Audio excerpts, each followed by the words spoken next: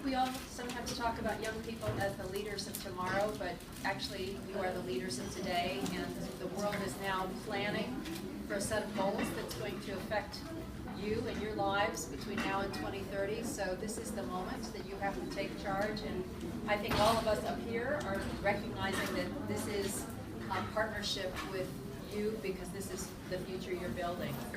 You're the carriers of a measurability challenge. You can talk about this list that's being developed for the next set of goals in terms of measurable outcomes, and those are the ones you want to hold leaders to account for. You have an ability to link your work locally to a global movement in some very powerful ways, and we're seeing that happen all over the globe. It's up to you to reach back to younger people. I'm looking at this room and thinking many of you were maybe 15 in 2000 when the first goals were set. How are you bringing the next generation along who should be the next set of leaders? Good morning to everyone, and especially to the organizer for inviting me to this meeting. This is perhaps the first meeting that I have ever attended as Director General of WHO in the last 7 years, where you outnumber us, the old folks. Well, at least I can say for myself, these other guys are young. You are the leader. You will be the ones that determine your leaders in your country. Exercise your right as an individual and vote for government that listens to you. And that is important. Now then it brings me to, I shall not cover all the gaps because in your declaration, you have already mentioned the important gaps. I always look at it. I also have a son who's much younger than me, of course. He kept... Hopefully. Hey, we need a joke in the morning. He kept reminding me that, Mom, we know what we want. And I think that is important. Please speak out and tell us what you want. It is not good for older folks to pretend that we know what you want, because there is always a generation gap. Whether we like it or not, we need to accept it.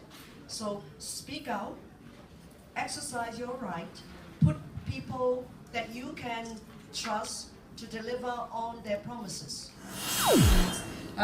The representation. I'm going to go past representation because we know representation has to be continuously improved. Not everyone can be at the table, but it's really helpful if you would build coalitions, because those voices have many colors to them, many faces, and they get through the door much faster than if we all try to be individual. There is strength in numbers, strength in those voices. We need to feel them. Certainly at the global level there are many platforms. Use existing platforms and come in with them. But I tell you where we're missing the voices. We're missing the voices at the national level. There isn't noise at the national level within the sectors to get back to the international level to say, hey, what matters is what is happening here, and this is what we want to hear. There are a few places at the national level I think youth voices need to be heard on 2015. You have to write to your presidents. Ultimately, the presidents will sit in the General Assembly, and they need one big, strong paragraph in their speech at the General Assembly this year and next year, which talks to the issues of the youth, and then being up front and center for the next 15 years. If it's not in the president's speech, what did you say? What isn't measured isn't counted. What's not said doesn't matter. And so you really have to make sure you get that paragraph there. You need to speak to the, I'm talking to African youth here, and I think that you need to speak to the AU Commission Chair, Madam Zuma. She is big on women and youth. So get in there and help amplify the voices there. And then look at your parliamentarians. You don't have to go to every parliamentarian, try the speaker. That's what he's got a voice for. He's got to speak, so allow him, push him to speak for youth. These matter because each one of them has a voice in New York. Each one of them speaks to our agencies. Each one of them speaks to member states. So you really need to get them speaking with that voice first. Implementation is where you're really going to be at. This is your career for the next 15 years. You're going to be doing the heavy lifting. So it's right that we hand over this baton and that we hand it over fully informed. We need governments to accept, to provide quality, comprehensive sexuality education.